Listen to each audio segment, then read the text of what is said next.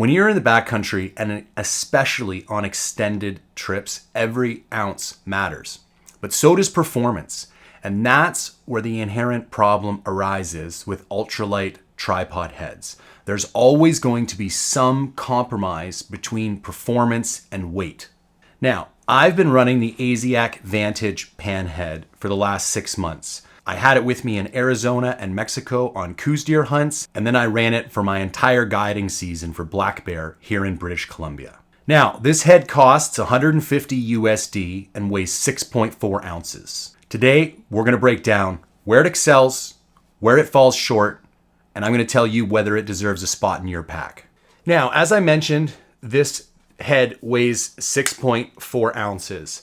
But you can actually take this 6-inch carbon fiber handle off and save, I believe it is an additional 1.2 ounces by just putting a little knob here instead. For myself, I like to run the handle. And while we're on the topic of the handle, I'm going to share one of my favorite features about this pan head.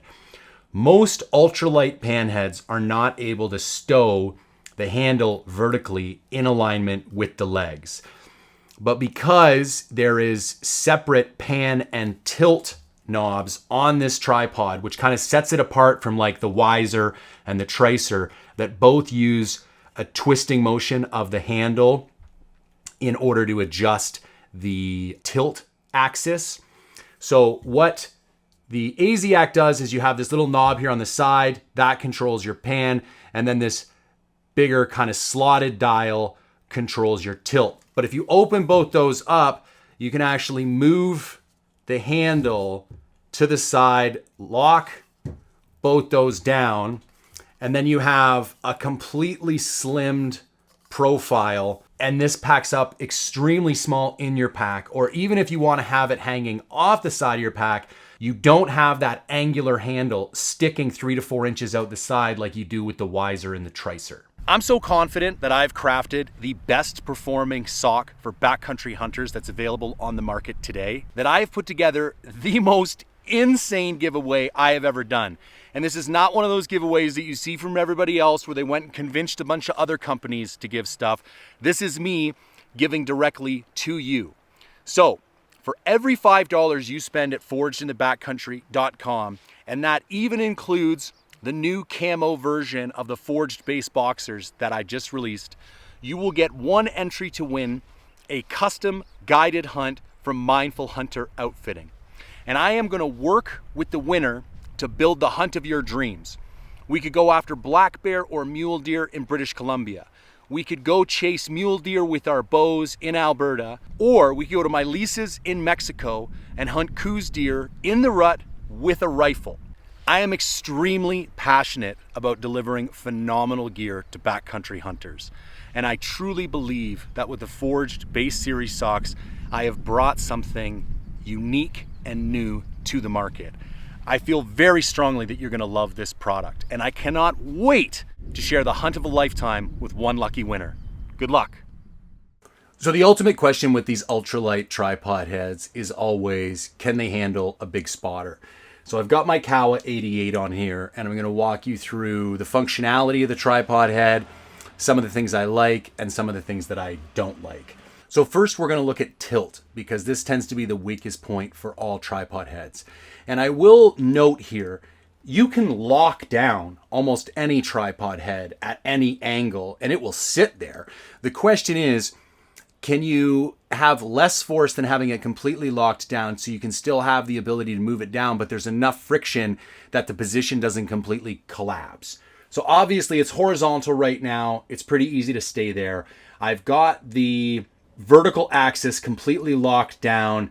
If I just back it off, like a quarter of a turn, I have the ability to rock this forward. So you can see at this point, it starts to collapse on us a little bit.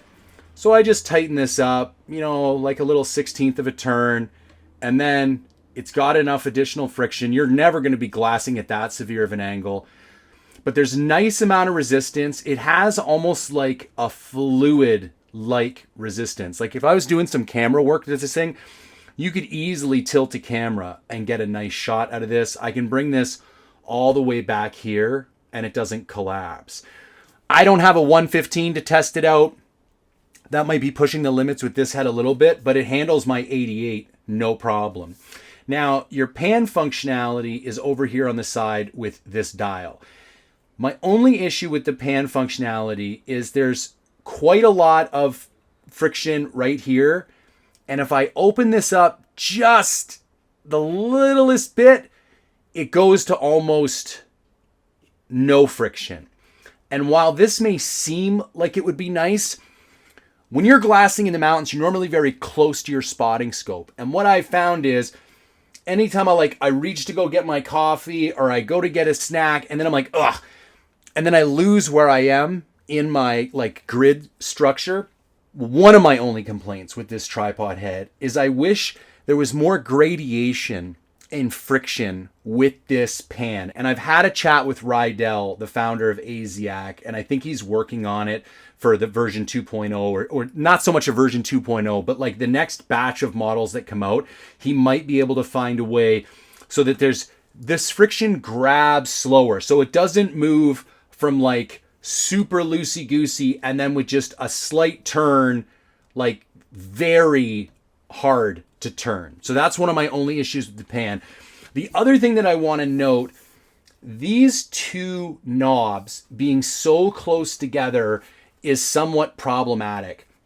This one is okay because you don't have anything pinching your fingers, so you can open and adjust the Arca assembly pretty easily. But trying to get your thumbs in here to adjust this wing nut can be challenging. And I was speaking with Rydell about this, and it was something he was already aware of. A lot of people's complaints with ultralight tripods up until now has been the vertical axis is controlled by the handle, and a lot of people don't like this. I think what's so revolutionary about the Vantage is that finally we have an ultralight tripod head, 6.4 ounces. We have independent vertical and horizontal pan control, and we have the ability to run easily up to an 88 millimeter spotter on such a small head.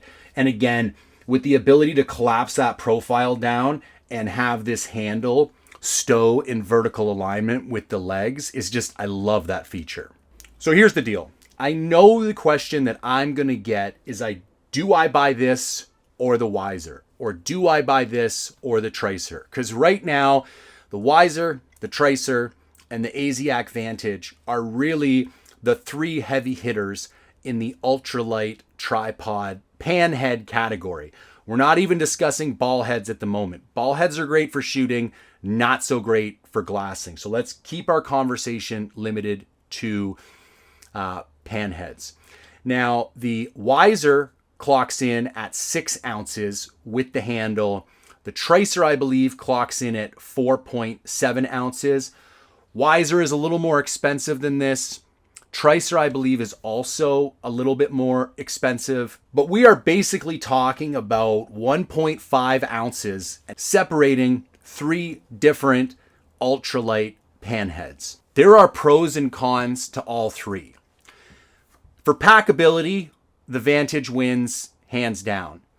For pure lightweight, the Tricer wins hands down. For build quality, the Wiser is the only one of the three that is 100% manufactured in the United States. So if that's important to you, that's going to be your choice ultimately. But I do think that what's so nice now is that for people who really don't like to have to twist the handle in order to adjust their vertical axis, we now have a pan head with two independent controls. So there you go. That's the Aziak Vantage. Thanks for tuning in.